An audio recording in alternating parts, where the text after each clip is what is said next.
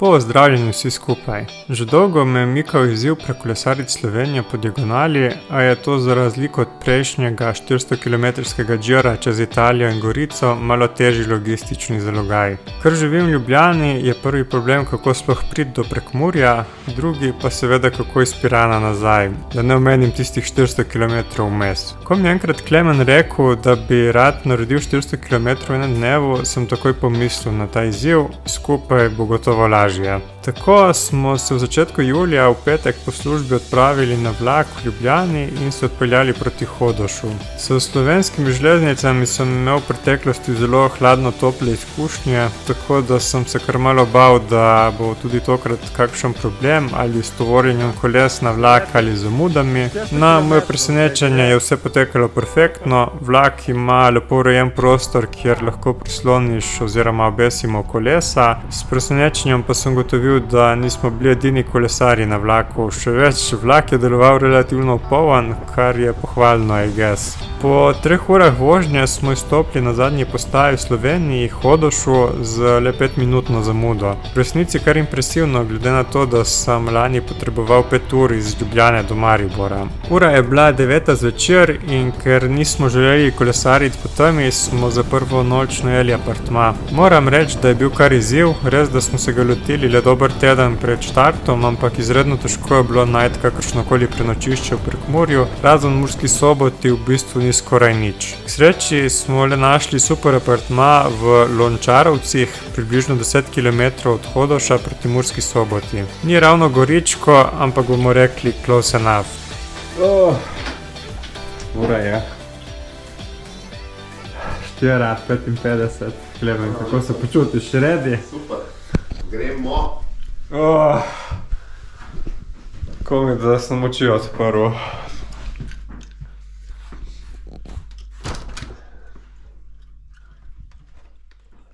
Wow. Po celih 2 urah spanja, ponavadi slabo spim pred kakšnimi večjimi dogodki oziroma izzivi, smo 5 zjutraj pričeli z našim izzivom. Kljub temu, da je bilo čez dan napovedanih 35 stopinj, je bilo zjutraj že skoraj malo hladno, ampak takoj, ko smo razmigali noge in se je pokazalo sonce, bilo ravno prav. Teh koncev Slovenije res ne poznam, to je bilo prvič v življenju, da sem šel naprej od Term 3000 v samo glavo kokoške. To je bil tudi svojevrsten izziv, kako sploh načrtati traso. Zahodno od Ljubljane poznam že skoraj vse ceste in kraje, ki so primerni za kolesarjenje, severovzhod pa očitno ne. V takšnih primerih si največkrat pomagam kar s komutom.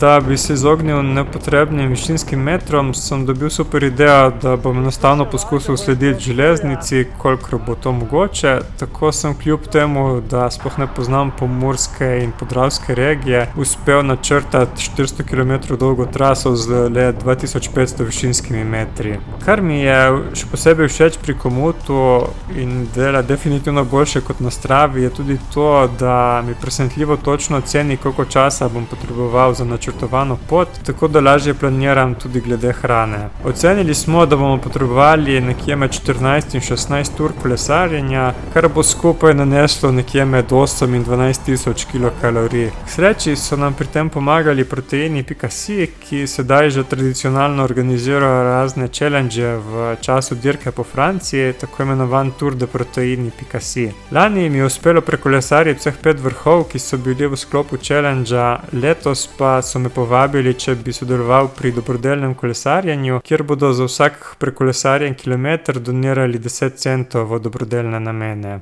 Poleg tega so nas tudi opremili z goro gelov, ploščic in meni najljubšega recovery shakea. Ta stvar mi je dejansko zelo dobra in jo definitivno priporočam. Tako da smo imeli dovolj kalorij za naše kolesarske podvige. Mimogrede, do jutri imate še čas, da poskusite uganiti, koliko kilometrov nam bo uspelo skupaj nabrati. Tisti, ki bo najbližji, bo dobil trenažer Elite Suite OT.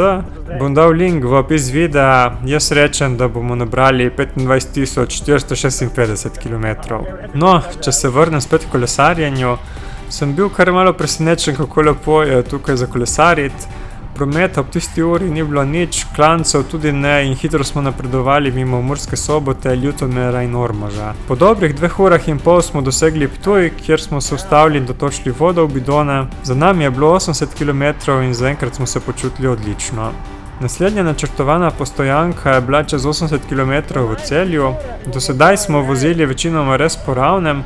Kot sem že omenil, sem pri načrtovanju trase poskusil slediti železnici. Tukaj pa smo naredili raje nekaj več višincev mimo Ptujske gore, Poljčan do Šmartnega pri Jelšah in se s tem izognili najprometnejšim odsekom cest. Sonce se je zdaj že visoko dvignilo in še posebej v klance smo občutili, kako vroče postaja.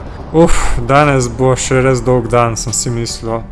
V Grobeljnem smo zavili na kolesarsko in naslednjih 20 km vozili po novo zgrajenih kolesarskih poteh do Celja. Ko že omenjam kolesarske poti, to je bilo gotovo eno večje presenečenje dneva. Od Murske Sobote pa do Laškega, vsega skupaj okrog 150 km, bi tako čez palec ocenil, da smo vsaj polovico, torej 70 km ali več, vozili po kolesarskih poteh. In to ne tistih, ki so samo z belo črto ločene na cestišču. Ne, prave kolesarske, večinoma čisto ločene od cest in pločnikov. Po 6 urah kolesarjenja smo dosegli Zidan most, sonce že pošteno pripekalo in začeli smo čutiti prve znake utrujenosti. Sledil je, po mojem mnenju, najslabši del trase, cirka 40 km proti Litiji. Celoten segment gre po zelo prometni glavni cesti, če bom še kdaj vozil tam mimo, bom raje zavil dol proti Radečam, mimo Preska proti Litiji, je pa tam več višincev, zato smo tudi šli, kjer smo. Malo pred Litijo smo po 7 urah dosegli mejnik 200 km, polovica poti, Sledil je še del med Litijo in Ljubljano, ta del je spet lušen, po desnem bregu Save je narejena kolesarska pot, po ne preveč prometni cesti, pa tudi dosti senčkeje. Po 9 urah in 250 km smo dosegli Ljubljano, kjer je sledila malo daljša pavza, 100 pašte, sladoleda in hektolitri vode. Pavzo smo izkoristili tudi za polnjenje Varje, Garmina in Lučk, saj bi bilo zelo na meji, ali bi drugače zdržale do konca ali ne. Po dobri uri pavze je bil čas, da nadaljujemo. Miha se je tukaj pametno odločil, da je bilo to dovolj zanj, tako da sva sklemno nadaljevala sama. Ura je bila ravno 3 popoldne in kaj kmalu sem začel tudi sam razmišljati, ali ne bi bilo bolje, če bi tudi jaz zaključil za tisti dan. Vročina je bila neznosna, na soncu je šlo proti 40 stopinjam, ne vem, odkot se je vzel še močen veter, seveda v prsa. Potem pa še promet skozi Ljubljano in če ne bi bilo Klemna, bi verjetno res kar tam zaključil. Tako pa me je Klemen povlekel čez Ljubljansko barje mimo Borovnice proti Vrhniki, kjer se je začel najvišji klanec dneva. Kar malo komično vse skupaj, tudi ko gledaš profil, izgleda vrhniški klanec kot ena gora. Počasi sva se prebila na vrh, že v Logatcu pa naredila novo pavzo, kjer sem spil skoraj 2 litra tekočine. Mislim, da sem vsega skupaj zapravil na 30 € na teh benzinskih črpalkah tekom dneva, večinoma zamrzlo pijačo. Me zanima, koliko bi mi stal benzin, če bi opravil enako pot z avtom. Imam na sumu, da manj. Nadaljevala sva proti Postojni, kilometri so švigali mimo in kar naenkrat je bilo le še 100 km do konca. Popoldne se je porevesilo večer in vročina je popustila, opažal sem, da ponovno prihajam k sebi, morje je bilo že skoraj na dosegu roke. Dosegli smo se Nožeče, šli mimo Divače in premagali zadnji klanec pred Kozino. Spust iz Črnega Kala je bil v bistvu edini večji spust na celotnih 400 km. Pred seboj sva zagledala morje in morala je bila spet visoka. Počutje se je neizmerno izboljšalo, prav tako še sam ne vem, od kje sem začel dobivati vedno več moči v noge in sedaj ni bilo več v igri samo to, da prideva do konca, ampak sva začela gledati tudi na to, da bi celotno traso prekolesarila s povprečno hitrostjo nad 30 km/h. V Izoli sva zavila na traso stare železnice, ki je preurejena v kolesarsko stezo, s tem sva se izognila glavni cesti med Izolo in Piranom, pa ne samo to, kolesarska ima tudi 2 predora, tako da se s tem lahko izognemo tudi nekaj dodatnih 100 metrov višincev. Dosegla sva Portorož in sledil je le še šprint proti Piranu.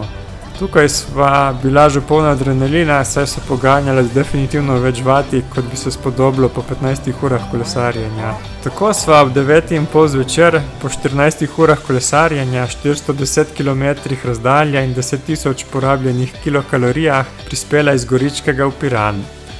Še enkrat bi se rad zahvalil vsem, ki ste nam pomagali uresničiti ta cilj, mi pa se vidimo naslednjič.